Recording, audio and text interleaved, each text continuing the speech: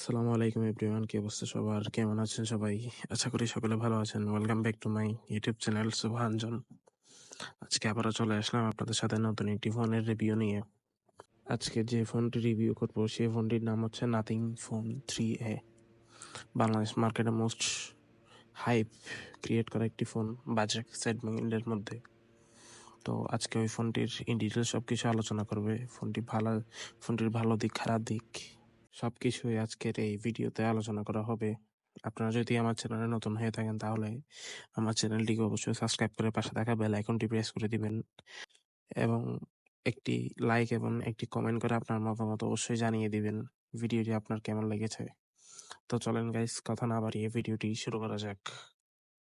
Nothing phone 3A এই ফোনটি তিনটি কালার ভেরিয়েন্টে পাওয়া যায়। প্রথমটি হচ্ছে হোয়াইট এবং দ্বিতীয়টি হচ্ছে আপনার ব্ল্যাক কালার এবং তৃতীয়টি হচ্ছে ব্লু কালার। আমার পার্সোনালি হোয়াইট কালারটাই বেশি সুন্দর লাগে, দেখতেও ইউনিক লাগে।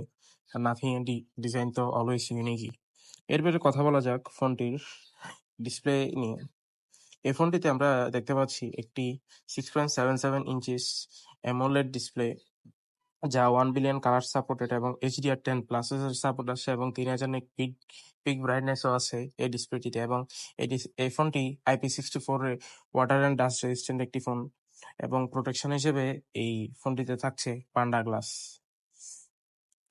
এরপরে এই ফোনটিতে আমরা 120 হার্জ হায়ার রিফ্রেশ রেট দেখতে পাচ্ছি।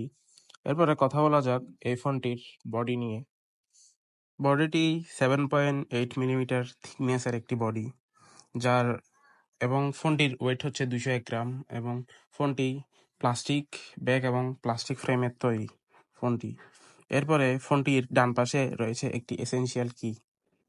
এরপরে এই ফোনটির উপরে রয়েছে একটি পাওয়ার বাটন এবং পাওয়ার বাটনের নিচে রয়েছে একটি এসেনশিয়াল স্পেস, যেটি দিয়ে বিভিন্ন রকমের কাজ করা যায়। বাট এটা দিয়ে কাস্টমাইজ করা গেলে আরো ভালো হতো। এবং এই ফোনটির লেফট সাইডে আছে ভলিউম বাটনস এবং উপরে আছে নয়েজ ক্যান্সেলেশন মাইক্রোফোন। এবং এই ফোনটির নিচে রয়েছে একটি টাইপ সি পোর্ট, একটি স্পিকার, একটি মাইক্রোফোন এবং একটি সিম ট্রে।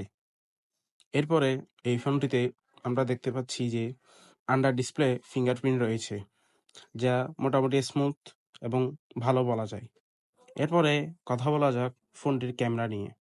ক্যামেরাতে 50 মেগাপিক্সেলের 1.9 অ্যাপারচারের একটি মেইন সেন্সর দেখতে পাচ্ছি আমরা। তারপরে 50 মেগাপিক্সেলের একটি টেলিফোটো লেন্স রয়েছে, যা 2x অপটিক্যাল জুম এবং 8 মেগাপিক্সেল একটি আল্ট্রাওয়াইড রয়েছে। এই ফোনটি দিয়ে আমরা 4K 30 FPS পর্যন্ত ভিডিও রেকর্ড করা যায়। এই ফোনটিতে ওআইএস নেই। এরপরে এই ফোনটির ফ্রন্ট ক্যামেরাতে দেখতে পাচ্ছি একটি 32 মেগাপিক্সেলের 2 অ্যাপারচারের একটি ক্যামেরা রয়েছে, যা দিয়ে 1080x60 FPS এ ভিডিও রেকর্ড করা যায়। এই ফোনটির প্রসেসর হিসেবে রয়েছে স্ন্যাপড্রাগন 7S Gen 3, যা একটি পাওয়ারফুল প্রসেসর এবং এই প্রসেসরটির অন্তত স্কোর হচ্ছে 8 লাখের কাছাকাছি, যা দিয়ে ভালো একটি পারফরমেন্স আশা করা যায়। এবং এই ফোনটির ব্যাটারি হিসেবে থাকছে একটি 5000 mAh এর একটি ব্যাটারি, যা 50 ওয়াটের চার্জিং সাপোর্টেড।